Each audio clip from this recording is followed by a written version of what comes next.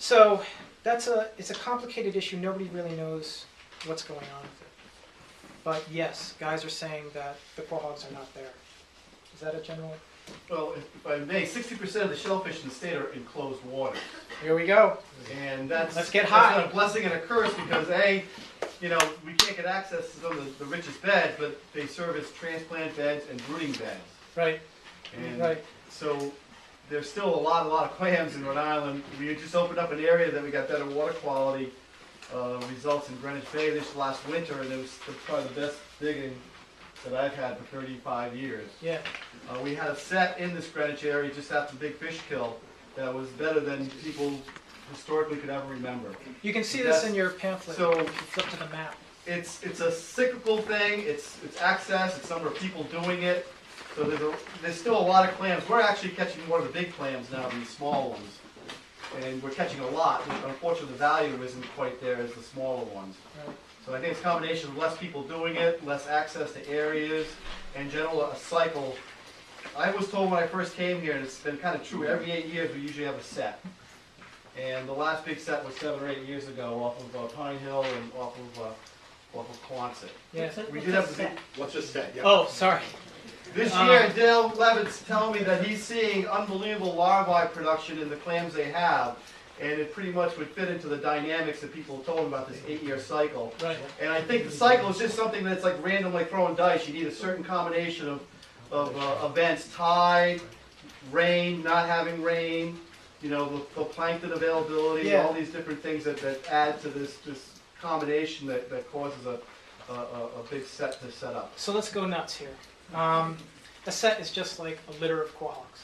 It's just, you know, a good amount of quahaugs living to some kind of maturity in the bay. Does that sound scientific enough, Dale? Can I ask you one more question? Yep. Are there people still going into doing this for a living? Or is it something? Jeff, stand up. Yeah. He's a young guy. You mean younger? Right. In other words, is it because it looks to me like it must be extremely hard manual labor? These guys are like 20 years old.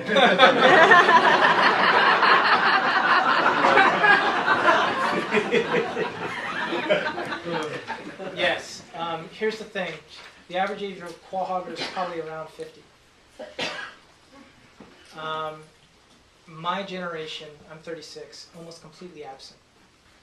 Part of that is due to the fact that in the 90s, when I would have gone into it, if I had liked it at all,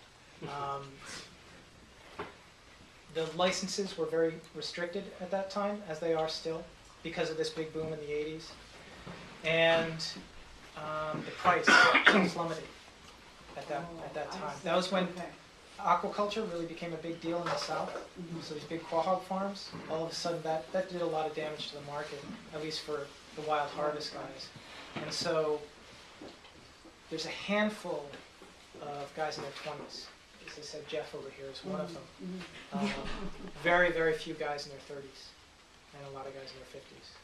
Excuse me, so have you done the cohogging? Have you done the raking? Oh yeah, I used to go out with my father, but you know, I didn't take it up, so I'm writing about it. You know, it's clear that recently the oxygen levels in the bay have really plummeted, and all these fish kills and everything. Yeah. How does that affect the clams? This is surprising. They love it.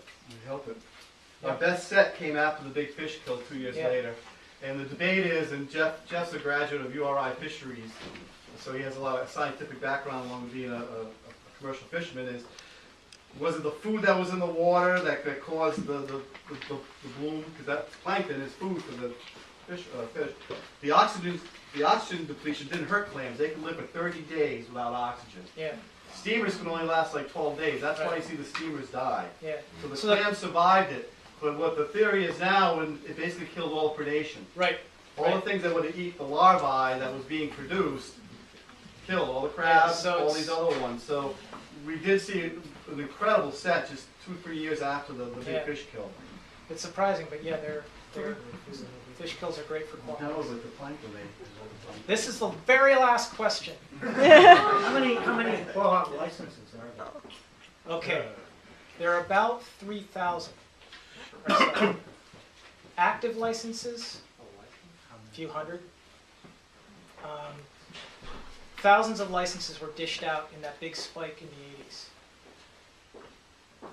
Guys freaked out about that. And this is actually a contentious issue because the management of shellfishing, of quahaugs in Narragansett Bay, is geared around the idea that what if all 3,000 of those guys go out there and work tomorrow? That's essentially what management has in mind when they're setting the rules.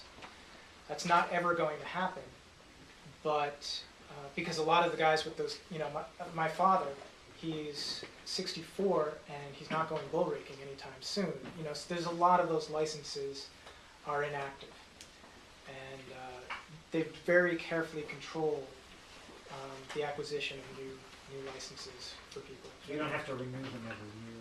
Well, yes, you do.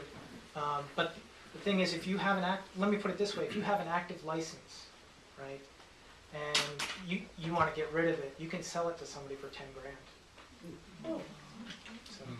So, That's it. I have to actually bring this to a close, but I will say, if you have other questions, you can ask Ray as we're closing up. And we will keep everybody well informed of the publication date of his book. yes. And I will give my